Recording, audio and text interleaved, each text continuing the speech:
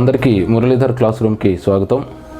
ఈరోజు మీరు ఈ తరగతి గదిలో నేర్చుకోబోతున్నటువంటి సబ్జెక్ట్ ఏంటంటే మహిళా సాధికారతను సాధించడంలో ప్రభుత్వాలు చేపట్టినటువంటి వివిధ పథకాలు. ఇక్కడ మనం రెండు రకాలుగా డివైడ్ చేసుకుందాం. ఈ భాగంలో మీరు మహిళా సాధికారతను సాధించడంలో మన ప్రభుత్వం అంటే ఆంధ్రప్రదేశ్ ప్రభుత్వం చేపట్టినటువంటి వివిధ పథకాల గురించి నేర్చుకోవాలి. ఆ తర్వాత భాగంలో కేంద్ర ప్రభుత్వం చేపట్టినటువంటి వివిధ పథకాల గురించి నేర్చుకుందాం. సో ముందుగా ఆంధ్రప్రదేశ్ ప్రభుత్వం చేపట్టినటువంటి పథకాల్లో కొన్ని పథకాలు మనం పరిశీలించినట్లయితే అందులో ఒకటి అన్న అమృత హస్తం.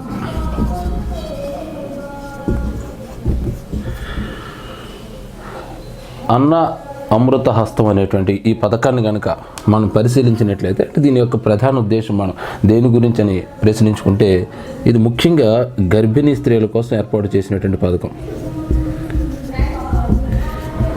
గర్భిణీ స్త్రీలు ఎవరైతే ఉంటారో వాళ్ళ కోసం ఈ అన్న అమృత హస్తం అనేటువంటి పథకాన్ని మన రాష్ట్ర ప్రభుత్వం ముందుకు తీసుకొచ్చింది. దీని యొక్క ప్రధాన ఉద్దేశం ఏంటంటే గర్భిణీ స్త్రీలకు పౌష్టికాహారంతో కూడినటువంటి ఆహార పదార్థాలని అందించడమే ఈ పథకం యొక్క ప్రధానమైనటువంటి ఉద్దేశం.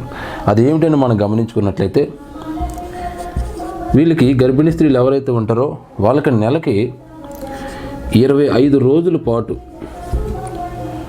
ఒక పూట సంపూర్ణ భోజనం అందించడం. సంపూర్ణ భోజనం అంటే ఏంటి? ఇక్కడ అన్ని రకాల పోషకాలు ఉండేటువంటి ఒక సంపూర్ణ భోజనాన్ని గర్భిణీ స్త్రీలకు అందించడం. దానికి భాగంగా ఒక గ్రుడ్డు, ఉడకబెట్టినటువంటి ఒక గ్రుడ్డుని అందించడం, అలాగే ప్రతిరోజు కూడా 200 మిల్లీలీటర్ల పాలుని వాళ్ళకి అందించేటువంటి ఉద్దేశంతో ఇలాగ ఈ నెలలో 25 రోజుల పాటు వాళ్ళకి సంపూర్ణ భోజనాన్ని అందిస్తూ గ్రుడ్డు పాలు అందిస్తూ ఈ గర్భిణీ స్త్రీలకు పౌష్టికాహారాన్ని అందించి తద్వారా వాళ్ళు జన్మనిచ్చేటువంటి బిడ్డలు కూడా సంపూర్ణ ఆరోగ్యంగా ఉండడం కోసం మన రాష్ట్ర ప్రభుత్వం చేపట్టినటువంటి పథకమే అన్న అమృత హస్తం. ఇది 2017 సంవత్సరం జూలై నెలలో ఈ పథకాన్ని ప్రారంభించారు. ఇది మహిళా సాధికారతకు ఎట్లా ఉపయోగపడుతుంది అనేది ప్రశ్నించుకుంటే మహిళా సాధికారత అంటే మన దేశంలో గర్భిణీ స్త్రీలు చాలామంది చాలా రకాలైనటువంటి బాధలకు గురవుతున్నారు. సరైనటువంటి సమయంలో ఆహార పదార్థాలు తినక, పౌష్టికాహారంతో కూడిన ఆహారం వాళ్ళకి లేక, మరి పురుటి సమయంలో కొంతమంది చనిపోతుంటే గర్భిణీ స్త్రీగా ఉన్నప్పుడు కొంతమంది చనిపోవటం, లేదా బిడ్డ జన్మించినాక కొంతమంది స్త్రీలు చనిపోవటం, వాళ్ళు పుట్టినటువంటి పిల్లలు కూడా చనిపోవటం అనేటువంటిది జరుగుతుంది. ఇదంతా కూడా ఎందుకు జరుగుతుంటే వాళ్ళకి పౌష్టికాహార లోపం వల్లే ఇటువంటి మరణాలన్నీ కూడా సంభవిస్తున్నాయి. సో దీన్ని అరికట్టితే పిల్లలు బలవర్ధకంగా ఉంటారు, అలాగే గర్భిణీ స్త్రీలు కూడా చక్కగా బలవర్ధకంగా ఉండి వాళ్ళకి మంచి పిల్లల్ని జన్మనివ్వడానికి ఉపయోగపడుతుంది. సో ఈ విధంగా మహిళా సాధికారతను సాధించడానికి ఆరోగ్యకరమైనటువంటి స్త్రీలు మన సమాజంలో ఉన్నప్పుడు వాళ్ళు తమకు సంబంధించిన నిర్ణయాన్ని వాళ్ళ వ్యక్తిగత విషయాల్లో కానీ ఇతరత్ర విషయాల్లో కానీ సొంతంగా తీసుకునేటువంటి శక్తి సామర్థ్యాలు ఉంటాయి. కాబట్టి ఇవన్నీ కూడా ఈ పథకాలన్నీ కూడా వాళ్ళ యొక్క సంపూర్ణ సామర్థ్యాన్ని పెంపొందింపజేయడానికి ఉపయోగపడతాయి. సో ఆ రకంగా ఈ అన్న అమృత హస్తం అనేటువంటిది మహిళా సాధికారతను సాధించడంలో ఒక ముఖ్యమైనటువంటి పథకంగా మనం చెప్పుకోవచ్చు. ఇక తర్వాత మరొక పథకం మా ఇంటి మహాలక్ష్మి. ఏమిటి ఈ పథకం, ఎవరిని ఉద్దేశించింది అని మనం ప్రశ్నించుకుంటే మా ఇంటి మహాలక్ష్మి అనగానే సాధారణంగా ఏదైనా ఇంట్లో ఆడబిడ్డ పుట్టినప్పుడు కానీ ఇతరత్ర సందర్భాలు కానీ ఏదైనా కోడలు కొత్తగా వచ్చిన సందర్భాల్లో మనం మా ఇంటి మహాలక్ష్మి అనేటువంటి పదాన్ని వాడుతూ ఉంటాం. సాధారణంగా కొత్త బిడ్డ మన కుటుంబంలో ప్రవేశించినప్పుడు మా ఇంటి మహాలక్ష్మి అనేటువంటి పదాన్ని వాడుతూ ఉంటాం. సో దీన్నే వాళ్ళు ఉపయోగించుకుని ఒక చక్కటి పథకాన్ని తయారు చేయడం జరిగింది. ఈ పథకం ప్రధాన ఉద్దేశం అంటే ఎవరి కొరకు అంటే ఇది బాలికల కొరకు. ఈ పథకం ద్వారా బాలికల యొక్క సామాజిక స్థితిని మెరుగుపరిచి వారి యొక్క విద్య కానీ అలాగే వివాహ సమయంలో వారికి చేదోడుగా ఉండడం కోసం ఈ మా ఇంటి మహాలక్ష్మి అనేటువంటి పథకాన్ని 2017 డిసెంబర్ నెలలో దీన్ని ప్రారంభించడం జరిగింది. ఇది బాలికల అమ్మాయిల కోసం ఉద్దేశించినటువంటి పథకం. దీని ద్వారా బాలికలు తమ యొక్క విద్యా సమయంలో కానీ వివాహ సమయంలో కానీ ప్రభుత్వం చేయూతనివ్వడానికి ఈ యొక్క పథకాన్ని ప్రవేశపెట్టడం జరిగింది. ఇట్లా మనం 2 పథకాలు మనం గమనించుకున్న తర్వాత ఇక తర్వాతది గిరి గోరుముద్దలు. గిరి గోరుముద్దలు అంటే సాధారణంగా గిరి అంటే కొండ ప్రాంతం అనమాట. దాన్ని గిరి అంటారు. అంటే గిరి ప్రాంతంలో అంటే కొండ ప్రాంతాల్లో ఉండేటువంటి పిల్లల కోసం, అంటే పిల్లలు అంటే ఇక్కడ ఆడపిల్లలు కావచ్చు లేదా మగ పిల్లలు కావచ్చు. గిరి ప్రాంతాలు అంటే కొండ ప్రాంతాల్లో ఉండేటువంటి ఈ ట్రైబల్ యొక్క పిల్లలు మనం గమనించినప్పుడు చాలా బక్కచిక్కిపోయి పౌష్టికాహారం లేక ఆ పిల్లలు జన్మిస్తూ ఉన్నారు. 5 సంవత్సరాల్లో పిల్లలు అలా జన్మించిన వాళ్ళు చాలామంది చనిపోవడం జరుగుతుంది. సో వీళ్ళకి బలవంతకమైనటువంటి ఆహారం అందించడం కోసం వాళ్ళు పౌష్టికాహార లోపాన్ని సరిదిద్ది వాళ్ళు చక్కగా ఎదిగేయడానికి సంపూర్ణ ఆరోగ్యవంతంగా ఎదగడానికి ఉపయోగపడే విధంగా ప్రభుత్వం గిరి గోరుముద్దలు అనేటువంటి పథకాన్ని 2014లోనే తీసుకురావటం జరిగింది. తద్వారా ఈ గిరిజన ప్రాంతాల్లో ఉండేటువంటి ఆడపిల్లలు అంటే 5 సంవత్సరాల లోపు ఆడపిల్లలు అనమాట,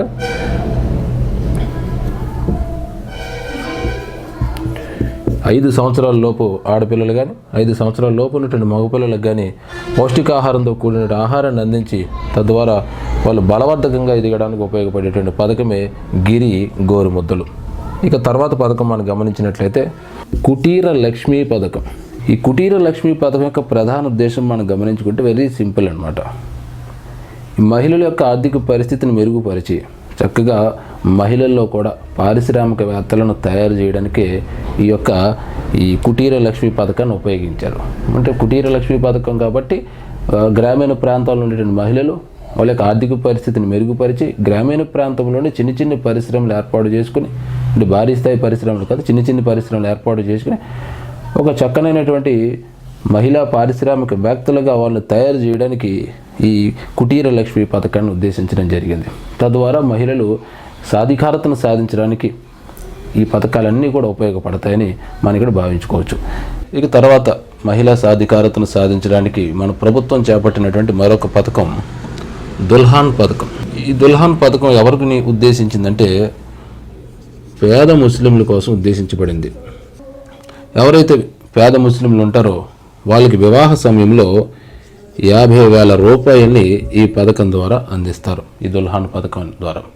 సో ఈ విధంగా మన సమాజంలో ఉన్నటువంటి ఈ ముస్లింల యొక్క ఆర్థిక పరిస్థితిని మెరుగుపరచడం కోసం వాళ్ళ యొక్క అంటే వివాహ సమయంలో ముస్లింల యొక్క వివాహ సమయంలో విపరీతమైనటువంటి ఖర్చు జరుగుతూ ఉంటుంది. ఆ ఖర్చును తట్టుకోలేక చాలామంది పేరెంట్స్ నానా రకాల బాధలు పడుతూ ఉంటారు. దీన్ని దృష్టిలో పెట్టుకుని మన ప్రభుత్వం ఏం చేసిందంటే ఆ సమయంలో వివాహ సమయంలో కొంత ఆర్థిక సహాయం అందించడం కోసం ఈ దుల్హాన్ అనేటువంటి పథకాన్ని ముందుకు తీసుకురావడం జరిగింది. తద్వారా పేద ముస్లింలు వాళ్ళ యొక్క పిల్లలకు అంటే ఆడపిల్లల వివాహ సమయంలో ఎటువంటి ఇబ్బంది లేకుండా ముందుకు రావడానికి ఈ పథకం ఎంతో వాళ్ళకి ఉపయోగపడుతుంది. ఇక తర్వాత మరొక పథకం బడికొస్తా పథకం. ఏంటి ఈ పథకం యొక్క ప్రధాన ఉద్దేశం ఏంటంటే మన రాష్ట్రంలో ప్రధానంగా కొన్ని ప్రాంతాల్లో బడికి హాజరు మనం గమనించుకున్నట్లయితే ఆడపిల్లల యొక్క పర్సంటేజ్ అంటే చాలా తక్కువగా ఉన్నట్టుగా కొన్ని సర్వేలు తెలపడంతో ప్రభుత్వం ఏం చేసిందంటే 9వ తరగతి చదువుతున్నటువంటి ఈ ఆడపిల్లలకు ఉచితంగా సైకిళ్ళు పంపిణీ చేసేటువంటి కార్యక్రమాన్ని చేపట్టింది. ఈ కార్యక్రమం ఉద్దేశమే ఇదే బడికొస్తా. అంటే బడికొస్తా అనేటువంటి పథకం ద్వారా 9వ తరగతి పిల్లలకు ఈ సైకిల్ పంపిణీ చేసేటువంటి కార్యక్రమం అనమాట ఇది. అట్లా గుర్తుపెట్టుకోవాలి. ఎందుకంటే ఈ 9వ తరగతి నుంచి ఆడపిల్లల యొక్క పర్సంటేజ్ బడికి రావడం అనేటువంటిది తగ్గుదల కనపడుతూ ఉంటుంది. ఎందుకు దూర ప్రాంతంలో ఉన్నటువంటి పిల్లలు అంత దూరం పంపడం ఎందుకని పేరెంట్స్ వాళ్ళని బడి మానిపించేయటం ఇతరత్రన్ని గమనించిన తర్వాత ప్రభుత్వం మహిళా సాధికారతను సాధించాలంటే ముఖ్యంగా వాళ్ళు విద్యావంతులు చేయాలి అనేటువంటి దృక్పథంతో ఈ ఆడపిల్లలు ఎవరైతే ఉన్నారో వీళ్ళందరికీ కూడా బడికొస్తారనే కార్యక్రమం ద్వారా ఈ సైకిల్ పంపిణీ చేసినట్లయితే పేరెంట్స్ కూడా ఆటోమేటిక్గా చదువు పట్ల ఇంట్రెస్ట్ కలిగి ఆడపిల్లల్ని ముఖ్యంగా ఈ 9వ తరగతి చదువుతూ మధ్యలో ఎవరైతే ఆపేస్తున్నారో వాళ్ళని ఆపకుండా బడికి పంపడానికి ఈ పథకం ఉపయోగపడుతుంది అనే ఉద్దేశంతో ఈ మహిళలకు ఉచితంగా సైకిల్ పంపిణీ చేసేటువంటి కార్యక్రమాన్ని ఆడపిల్లలకు దీన్ని ప్రవేశపెట్టారు. ఇది 2017వ సంవత్సరంలో దీన్ని ప్రవేశపెట్టారు. అలాగే దుల్హాన్ అనేటువంటి పథకాన్ని 2016వ సంవత్సరంలో ప్రవేశపెట్టారు. ఇక మరొక పథకాన్ని మనం గమనించుకున్నట్లయితే చంద్రన్న పెళ్లి కానుక. తర్వాత మరో ముఖ్యమైనటువంటి పథకం చంద్రన్న పెళ్లి కానుక. దీన్ని 2018వ సంవత్సరంలో ప్రవేశపెట్టారు ఏప్రిల్ నెలలో. ఈ చంద్రన్న పెళ్లి కానుక ప్రధాన ఉద్దేశం ఏంటంటే అందులోనే కనపడుతుంది కదా మనకి పెళ్లి కానుక. ఈ వివాహం అనేటువంటిది చాలా ఖర్చుతో కూడుకున్న వ్యవహారం అనే విషయం మనకు తెలుసు. సో దీన్ని దృష్టిలో పెట్టుకుని ప్రభుత్వం చంద్రన్న పెళ్లి కానుక అనేటువంటి కార్యక్రమాన్ని అనేక పథకాన్ని చేపట్టింది. ఈ పథకం అందరికీ వర్తింపజేసే విధంగా రూపొందించారు. ఎట్లాగంటే ఈ పథకం ద్వారా ప్రభుత్వం ఆర్థిక సహాయాన్ని అందిస్తుంది. ఆర్థిక సహాయాన్ని మనం గమనించుకున్నట్లయితే ఎస్టీ అలాగే మైనారిటీలు ఎవరైతే ఉంటారో అంటే ఎస్టీలు మైనారిటీస్కి ప్రభుత్వం 50,000 రూపాయలని ఆర్థిక సహాయం అందిస్తుంది పెళ్లి సమయంలో. ఇక తర్వాత ఎస్సీలకు 40,000 రూపాయలని ఆర్థిక సహాయం అందిస్తుంది. బీసీలకు 35,000 రూపాయలని ఈ పథకం ద్వారా ఆర్థిక సహాయం అందిస్తుంది. ఎవరైనా వికలాంగులు అంటే దివ్యాంగులు ఎవరైతే ఉంటే దివ్యాంగులకు 1,00,000 రూపాయలు ఈ యొక్క పథకం ద్వారా అందివ్వటం జరుగుతుంది. ఇట్లాగా వాళ్ళ యొక్క పెళ్లి ఖర్చును కూడా ప్రభుత్వం దగ్గరుండి పెద్ద మనిషిగా వ్యవహరించి పెళ్లి ఖర్చు కూడా ఇక్కడ ఇలాగా డబ్బులు ఇవ్వటం అనేటువంటిది మనకి ఈ పథకం ద్వారా కనపడుతుంది. ఈ పథకం ద్వారానే కులాంతర వివాహాలు చేసుకున్న జంటను కూడా ప్రోత్సహించాలనే ఉద్దేశంతో ఎవరైతే కులాంతర వివాహాలు చేసుకుంటారో వాళ్ళకు కూడా చంద్రన్న పెళ్లి కానుక ద్వారా కొంత మొత్తాన్ని అందివ్వడం అనేటువంటిది జరుగుతుంది. దాన్ని మనం గమనించుకున్నట్లయితే ఎస్సీ వర్గాల్ని కులాంతర వివాహం చేసుకున్న వారికి 75,000 రూపాయలని ప్రభుత్వం అందిస్తుంది. అలాగే బీసీ వర్గంలో అయితే 50,000 రూపాయలని ఈ ప్రభుత్వం కులాంతర వివాహాలు చేసుకున్న వారికి బీసీ వర్గంలో కులాంతర వివాహాలు చేసుకున్న వారికి 50,000 రూపాయలని ప్రభుత్వం పెళ్లి కానుకగా అందివ్వటం జరుగుతుంది. ఇవన్నీ కూడా మహిళా సాధికారతను సాధించడంలో ఉపయోగపడేటువంటి పథకాలే. ఇక మరొక పథకం గిరి చంద్రన్న దీవెన. గిరి అనగానే ఇది కొండ ప్రాంతాలు గిరిజన ప్రాంతాలకు సంబంధించినటువంటి పథకంగా మనం ఫిక్స్ అయిపోవచ్చు. ఇక ఈ గిరి చంద్రన్న దీవెన ద్వారా గిరిజన ప్రాంతాల్లో ఉండేటువంటి గర్భిణీలకు అలాగే బాలింతలకు పౌష్టికాహారాన్ని అందివ్వటం కోసం ఈ గిరి చంద్రన్న పథకాన్ని ప్రభుత్వం తీసుకురావటం జరిగింది. ఈ పథకం 2018లో మార్చి నెలలో ప్రారంభించారు. గిరి చంద్రన్న అనేటువంటి పథకాన్ని ఇందాక మనం అనుకున్నాం గిరిజన ప్రాంతాల్లో ప్రజలు పౌష్టికాహార లోపంతో ఇబ్బంది పడుతున్నారు. కొంతమంది కాన్పు సమయంలో చనిపోతుంటే కొంచెం గర్భం దాల్చిన తర్వాత చనిపోతున్నారు. ఇట్లాంటి మరణాలు ఎక్కువగా సంభవిస్తున్నాయి. కాబట్టి వీటిని దృష్టిలో పెట్టుకుని ప్రభుత్వం గిరిజన ప్రాంతాల్లో ఉన్నటువంటి ప్రజలకి ముఖ్యంగా గర్భిణీ స్త్రీలకు అలాగే బాలింతలకు పౌష్టికాహారాన్ని అందించే ఉద్దేశంతో ఈ గిరి చంద్రన్న దీవెన అనేటువంటి పథకాన్ని తీసుకురావటం జరిగింది. ఇక తర్వాత మరొక పథకాన్ని మనం గమనించుకున్నట్లయితే అమ్మకు వందనం. అంటే దీన్ని మనం పథకంగా అనకుండా ఒక కార్యక్రమంగా మనం చెప్పుకోవచ్చు. ఎందుకంటే సమాజం నేడు వేగంగా అభివృద్ధి చెందుతుంది. ఇటువంటి వేగంగా అభివృద్ధి చెందిన సమాజంలో విలువలు అనేటువంటివి అంతకంటే వేగంగా దిగజారిపోతూ ఉన్నాయి. సో ఇటువంటి సందర్భంలో ఈ విద్యార్థి స్థాయి నుంచి కూడా విలువలు పెంపొందించాలనే ఉద్దేశంతో తల్లి పట్ల గౌరవ దృక్పథాన్ని పెంపొందించాలనే ఉద్దేశంతో ప్రభుత్వం చేపట్టినటువంటి చక్కని కార్యక్రమే అమ్మకు వందనం అనేటువంటి కార్యక్రమం. దీని ద్వారా ప్రభుత్వ పాఠశాలలో పనిచేస్తున్నటువంటి విద్యార్థులు ఒకరోజు ఈ అమ్మకు వందన కార్యక్రమాన్ని నిర్వహించి ఆ రోజు తల్లులందరినీ కూడా పాఠశాలకు పిలుచుకుని వచ్చి వాళ్ళ యొక్క కాళ్ళు కడిగి తల్లుల యొక్క కాళ్ళు కడిగి వాళ్ళ యొక్క ఆశీర్వాదం తీసుకోవటం అనేటువంటిది ఈ కార్యక్రమం యొక్క ప్రధానమైన ఉద్దేశం. అంటే దీని ద్వారా ఏం సాధించాలనుకుంటున్నామంటే తల్లి పట్ల విద్యార్థి స్థాయి నుంచి కూడా సరైనటువంటి దృక్పథాన్ని అలవాటు చేయాలి. జన్మనివ్వటంలో తల్లి యొక్క ప్రాధాన్యత, తల్లి ఎంత కష్టపడి జన్మనివ్వడం జరిగింది, ఎన్ని కష్ట నష్టాలకు నోచుకుని మనల్ని పెంచుతుంది అనేటువంటి విషయాన్ని విద్యార్థి స్థాయి నుంచి కూడా పిల్లల్లో పెంపొందించడానికి తల్లి పట్ల గౌరవాన్ని కలిగించడం కోసం ప్రభుత్వం చేపట్టినటువంటి కార్యక్రమే అమ్మకు వందనం అనేటువంటి కార్యక్రమం. దీన్ని 2017 సంవత్సరంలో మన విశాఖపట్నం జిల్లాలో చంద్రపాలెం అనేటువంటి గ్రామంలో ఆ యొక్క ఉన్నటువంటి ప్రభుత్వ ఉన్నత పాఠశాలలో దీన్ని ప్రారంభించారు. అమ్మకు వందనం అనేటువంటి కార్యక్రమాన్ని రాష్ట్ర ప్రభుత్వం చేపడుతున్నటువంటి మరొక పథకం ఏంటంటే ప్రధానమంత్రి మాతృవందన యోజన పథకం. ప్రధానమంత్రి మాతృవందన యోజన పథకాన్ని మనం గమనించుకున్నట్లయితే ఇది 2017లో కేంద్ర ప్రభుత్వమే ప్రారంభించింది. అయితే కేంద్ర ప్రభుత్వం 60% నిధులు అందిస్తుంటే రాష్ట్ర ప్రభుత్వం 40% నిధులు రాష్ట్ర ప్రభుత్వం అందిస్తుంది. ఈ పథకం ప్రధాన ఉద్దేశం ఏంటంటే గర్భిణీ స్త్రీలకు కానీ పాలిచ్చేటువంటి తల్లులు ఎవరైతే ఉంటారో వీళ్ళకి పౌష్టికాహార లోపం వల్ల అనేక రకాలైనటువంటి ఆరోగ్యపరమైనటువంటి సమస్యలు వస్తూ ఉంటాయి. ఈ ఆరోగ్యపరంగా వచ్చేటువంటి సమస్యలను రూపుమాపి వాళ్ళు సంపూర్ణ ఆరోగ్యవంతులుగా తయారు చేయడం కోసం ఈ మాతృవందన యోజన పథకాన్ని తీసుకురావడం జరిగింది. తద్వారా అటు తల్లి బిడ్డ ఇద్దరు కూడా, అటు తల్లి ఇటు బిడ్డ ఇద్దరు కూడా క్షేమంగా ఉండే విధంగా, సంపూర్ణ ఆరోగ్యంగా ఉండే విధంగా తయారు చేయడమే ఈ పథకం యొక్క ప్రధానమైనటువంటి ఉద్దేశం. ఇక తర్వాత మనం గమనించుకోవాల్సిన మరొక పథకం బాల సంజీవని పథకం. ఈ పథకం ఎవరికి ఉద్దేశించింది అనేది మనం తెలుసుకుంటే, ఒకటి గర్భిణీ స్త్రీలు, 2 బాలింతలు, 3 5 సంవత్సరాల లోపు పిల్లలు. ఈ ముగ్గురికి కూడా ఉద్దేశించినటువంటి పథకం ఇది బాల సంజీవని పథకం. దీని ద్వారా ఏం చేస్తుందంటే మన రాష్ట్ర ప్రభుత్వం వీళ్ళకి పౌష్టికాహారాన్ని అందిస్తుంది. అటు గర్భిణీ స్త్రీలకు, ఇటు బాలింతలకు, 5 సంవత్సరాల లోపు పిల్లలకు.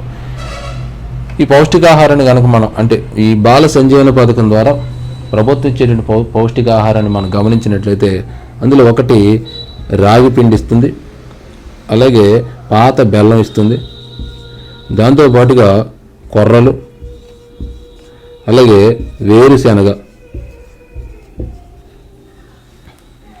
రాగి, బెల్లం, కొర్రలు, వేరుశెనగ, వీటితో పాటుగా ఖర్జూరం, దాంతోపాటుగా చిరుధాన్యాలు. ఈ విధంగా రాగి, బెల్లం, కొర్రలు, వేరుశెనగ, ఖర్జూరం, చిరుధాన్యాలతో కూడినటువంటి పౌష్టికాహారాన్ని వీళ్ళందరికీ అందివ్వటమే కాకుండా 6 వారాల పాటు రోజు ఉడకబెట్టినటువంటి గుడ్డును అందిస్తుంది ప్రభుత్వం. దీంతో పాటుగా 100 మిల్లీలీటర్ల పాలు కూడా అందివ్వటం జరుగుతుంది. అంటే వీళ్ళు ముగ్గురికి కూడా, గర్భిణీ స్త్రీలకు, బాలింతలకు, 5 సంవత్సరాల లోపు ఉన్నటువంటి పిల్లలందరికీ కూడా ఈ పథకం ద్వారా, ఈ పథకాన్ని 2018 ఆగస్టు నెలలో ప్రారంభించారు. ఇంచుమించుగా అలాంటి పథకమే మరొకటి అన్న దీవెన. ఈ అన్న దీవెన అనేటువంటి పథకాన్ని మనం గమనించినట్లయితే ఇది ఎవరికి ఉద్దేశించిందంటే బాలింతలకు ఉద్దేశించింది. ఈ అన్న దీవెన అనేటువంటి పథకం బాలింతలను దృష్టిలో పెట్టుకుని తయారు చేసినటువంటి పథకం ఇది. దీని ద్వారా దీని యొక్క ప్రధాన ఉద్దేశం మనం గమనించుకున్నట్లయితే అటు మాతృ మరణాలని, ఇటు శిశు మరణాలని తగ్గించడం కోసం ఈ పథకాన్ని ప్రభుత్వం తీసుకొచ్చింది. ఎందుకంటే మాతృ మరణాలంటే తల్లులు ఈ గర్భం దాల్చిన తర్వాత చనిపోతున్నారు చాలా సందర్భాలు, అలాగే పిల్లలు కూడా చనిపోవడం జరుగుతుంది. ప్రధానంగా పౌష్టికాహార లోపంతో ఈ మరణాలు అనేటువంటి సంభవిస్తున్నాయి. దీనిని దృష్టిలో పెట్టుకుని ప్రభుత్వం అన్న దీవెన అనేటువంటి పథకం ద్వారా వాళ్ళకి పౌష్టికాహారంతో కూడినటువంటి ఒక కిట్ని అందిస్తుంది. ఆ కిట్ను మనం పరిశీలించినట్లయితే అందులో మొట్టమొదటిది రాగి పిండి. రాగి పిండి, రాగి జావ అనేటువంటి చాలా బలవర్ధకమైనటువంటి ఆహారం. మన దౌర్భాగ్యం ఏంటంటే ఇప్పట్లో ప్రస్తుతం ఉన్నటువంటి సమాజంలో మనం వాటిని ఉపయోగించుకోవట్లేదు, ఏదేదో అనుకుంటున్నాం. కానీ రాగి పిండి, రాగి జావ రోజు కనుక తాగితే చాలా వరకు అనారోగ్య సమస్యలకు మనం దూరంగా ఉండొచ్చు. ఇక తర్వాత దాన్ని దృష్టిలో పెట్టుకుని రాగి పిండి ఇస్తుంది, అలాగే బెల్లం. బెల్లంలో మళ్ళీ మనకి చాలా రకాలు కనపడతాయి, కానీ అందులో పాత బెల్లం అనేటువంటిది చాలా మంచిది. దాన్ని దృష్టిలో పెట్టుకుని ప్రభుత్వం ఈ బాలింతలకు పాత బెల్లం అందిస్తుంది. అలాగే ఆధునికంగా ఉన్నటువంటి హార్లిక్స్ బాటిల్ని, హార్లిక్స్ అంటే మదర్ హార్లిక్స్ని తల్లులుగా అందివ్వటం జరుగుతుంది. దీంతో పాటుగా ఒక గొడుగు, అలాగే టోపీ. ఈ గొడుగు, టోపీలు పిల్లలను ఉద్దేశించి, బాలింతలు అంటే వాళ్ళ ఒళ్ళో పిల్లవాడు ఉంటాడు కాబట్టి, పిల్లవాడు ఎవరో ఒకరు ఉంటారు కాబట్టి వాళ్ళకి ఎండకు తగలకుండా వాళ్ళకి రక్షణ కవచంగా ఒక గొడుగు, అలాగే టోపీ. గొడుగు, టోపీ వీటితో పాటుగా వేరుశెనగ. ఇలాగ రాగి పిండి, బెల్లం, హార్లిక్స్, గొడుగు, టోపీ, వేరుశెనగతో కూడినటువంటి పదార్థాలను, సరుకులను బాలింతలకు అందించే పథకమే అన్న దీవెన అనేటువంటి పథకం. నిత్యం మన సమాజంలో అనేక ఆపదలు ఎదురవుతున్నాయి, ముఖ్యంగా మహిళలకు. దీన్ని దృష్టిలో పెట్టుకుని ప్రభుత్వం అభయ యాప్ నోటి తీసుకొచ్చింది. ఆపదలో ఉన్నటువంటి మహిళలకు ఉద్దేశించిందే ఈ అభయ యాప్. ఈ అభయ యాప్లో ఉన్నటువంటి పానిక్ అనేటువంటి మీటర్ని నొక్కడం ద్వారా వెంటనే ఆ మహిళ ఎక్కడ ఉన్నది, ఏ ప్రదేశంలో ఉన్నది అనేటువంటి సమాచారం దగ్గరలో ఉన్నటువంటి పోలీస్ స్టేషన్కు, కంట్రోల్ రూమ్కి వెళుతుంది. దాని ద్వారా వితిన్ 5-6 మినిట్స్లో పోలీసులు అక్కడికి చేరుకోవడానికి అవకాశం ఉంటుంది. సో ఇది మహిళల ఆపదలో ఉన్నటువంటి సమయంలో ఆదుకోవడానికి ఉద్దేశించినటువంటి కార్యక్రమం. ఇది అభయ యాప్ అనేటువంటిది. ఇక దీంతో పాటుగా షీ ఆటోస్ అనేటువంటి పథకం ద్వారా మహిళలకు పూర్తిగా సిఎన్జితో నడిచేటువంటి వాహనాన్ని అంటే ఆటోలను పంపిణీ చేస్తారు మహిళలకు. ఇది షీ ఆటోస్ అనేటువంటి పథకం. ఇక దాని తర్వాత చంద్రన్న చేయూత. ఈ చంద్రన్న చేయూత పథకం ద్వారా పూర్తిగా మహిళా సాధికారతను సాధించడానికి ఈ డ్వాక్రా మహిళలతో ఏర్పాటు చేసినటువంటి పథకమే చంద్రన్న చేయూత పథకం. అలాగే మరొక పథకం ఆత్మ. ఏంటి ఈ పథకం అనేది మనం తెలుసుకుంటే, ఈ ఆత్మ అనేటువంటి పథకం ద్వారా వ్యవసాయ రంగంలో మహిళలకు సాంకేతిక పరమైనటువంటి అంశాలను నేర్పేటువంటి ఉద్దేశంతో ఈ ఆత్మ అనేటువంటి పథకాన్ని తీసుకురావడం జరిగింది. మరొకటి సబల. బాలికలు మహిళల పట్ల జరుగుతున్నటువంటి అకృత్యాలను దృష్టిలో పెట్టుకుని ఈ సబల అనేటువంటి పథకాన్ని తీసుకురావడం జరిగింది. దీని ద్వారా ఈ సబల అనేటువంటి పథకం ద్వారా బాలికలు, చిన్నపిల్లలు, మహిళలు పట్ల జరుగుతున్న అకృత్యాలని అరికట్టడమే కాకుండా వారికి అండగా నిలవడం కోసం కూడా ఒక ఫోన్ నెంబర్ను కూడా ఇవ్వటం జరిగింది. ఆ యొక్క నెంబర్ మనకు చాలా ఇంపార్టెంట్, రాసుకోండి. 9409008066 9440900866 అనే నెంబర్ని మహిళల పట్ల జరుగుతున్న అకృత్యాల పట్ల అరికట్టడమే కాకుండా వాళ్ళకి అండగా నిలవడం కోసం ఈ నెంబర్ని రూపొందించారు. తద్వారా సబల అనేటువంటి కార్యక్రమం ద్వారా ఇటువంటి అకృత్యాలని నివారించడానికి ప్రభుత్వం చేపడుతున్నటువంటి ఒక కార్యక్రమం. తర్వాత మరొకటి ZBNF. అంటే దీని ద్వారా పెట్టుబడి లేని ప్రకృతితో కూడినటువంటి వ్యవసాయాన్ని చేయటమే ఈ కార్యక్రమం యొక్క ఈ పథకం యొక్క ప్రధాన ఉద్దేశం. సాధారణంగా మనం గమనిస్తూ ఉంటాం, వ్యవసాయం అనేటువంటిది ఎక్కువగా కృత్రిమ ఎరువులను మనం వాడుతూ చేస్తూ ఉంటాం. దీన్ని నివారించడం కోసం ప్రభుత్వం మహిళల్లో, ముఖ్యంగా ఈ మహిళల్లో సేంద్రియ పద్ధతిలో వ్యవసాయం చేసే విధంగా, ప్రకృతిపరమైనటువంటి వ్యవసాయాన్ని ప్రోత్సహించే విధంగా ఈ పథకాన్ని తీసుకురావడం జరిగింది. ఇలాగ అనేక రకాల పథకాలను ప్రభుత్వం గతంలోనూ చేపట్టింది, ప్రస్తుతం చేపడుతుంది, భవిష్యత్తులో కూడా చేపడుతూ ఉంటుంది. ఈ పథకాల యొక్క ప్రధాన ఉద్దేశం ఏమిటంటే మహిళల యొక్క సాధికారతను తీసుకురావటం. మహిళల్లో సాధికారతను సాధించడానికే ఈ పథకాలన్నీ కూడా ఉద్దేశపడ్డాయి. అరే ఇన్ని పథకాలు ఉన్నాయా అనే అనుమానం మీకు రావచ్చు, వింటున్న వాళ్ళకి, చూస్తున్న వాళ్ళకి. నిజమే ఉన్నాయి, కాకపోతే ఈ పథకాలను చాలా తక్కువ మంది ఉపయోగించుకుంటున్నారేమో. కాబట్టి ఇక నుంచి అయినా ప్రజల్లో చైతన్యం వచ్చి ఈ పథకాల ద్వారా పొందుతున్నటువంటి ప్రయోజనాలను తెలుసుకుని ఇతరులకు తెలియజెప్పడం ద్వారా ప్రభుత్వం ఏదైతే అనుకుంటుందో, ఈ పథకాల ద్వారా సాధించాలని ఏదైతే అనుకుంటుందో అది ఖచ్చితంగా సాధించవచ్చు. సో మరి ఈరోజు తరగతి గదిని ఇక్కడితో ముగిద్దాం. మరొక రోజు నేను మళ్ళీ కేంద్ర ప్రభుత్వం మహిళా సాధికారత కోసం చేపట్టినటువంటి వివిధ పథకాల గురించి తెలియజేస్తాను. అంతవరకు సెలవు. అందరికీ నమస్కారం.